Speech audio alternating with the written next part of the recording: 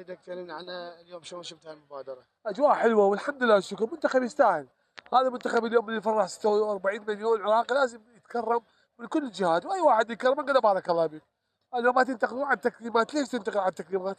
ناس الله مطيعه وتكرم. طبعا يستاهلون، هذول فرحوا الشعب، اللي يفرح الشعب كل شيء يستاهل. اي شيء ببالك تعطيه لهم، كل شيء قيم بحقهم. وهي متواجده بكل العالم، بكل العالم تصير تكريمات، كل منتخب يصعد الى فد مرحله. والحمد لله والشكر، جيل عظيم. هذا قدر الجيل ويا جيل 86، الحمد لله والشكر. وجيل 86 خلق اكثر من هذا، بالعكس كلهم يستاهلون، كلهم ابطال. كلهم يستاهلون. اي واحد يسوي انجاز للبلد يقول بارك الله بيه، وهذا الشيء موجود متعارف عليه.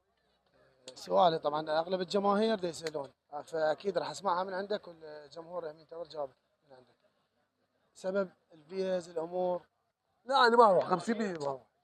شنو السبب؟ ماده، انا ماده على حسابي. المصور مالك يعرف، انا اروح على حسابي وانت تعرف.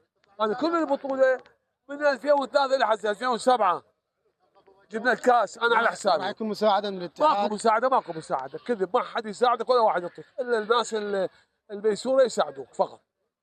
يساعدوك. لا تروح على حسابك وتدفع من جيبك الخاص بالبطوله.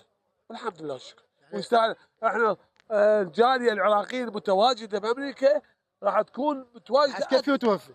يا تكفي فوق، لان هم هناك اكو مدينه اللي بيها يعني بنت اخويا تخابرني تقول العراقيين بنفسهم زينوا بيوتهم بالاعلام العراقيه. احنا نسمع من الاهل والاصدقاء. اي لا زينوا من الان بادين اعلام، وحتى راح يسوون باب الملعب اكل وشرب، يعني فرحانين. احنا هذا العراقيين معروفين. يقول لك احنا كم مره يجي المنتخب. صراحه العراقيين المتواجدين بامريكا من هسه متحضرين نفسهم على البطوله. يستاهلون سودنا ان شاء الله. يستاهلون كل الخير، واي واحد يكرم بارك الله به، ويستاهلون موفقين ان شاء الله بالمونديال ان شاء الله.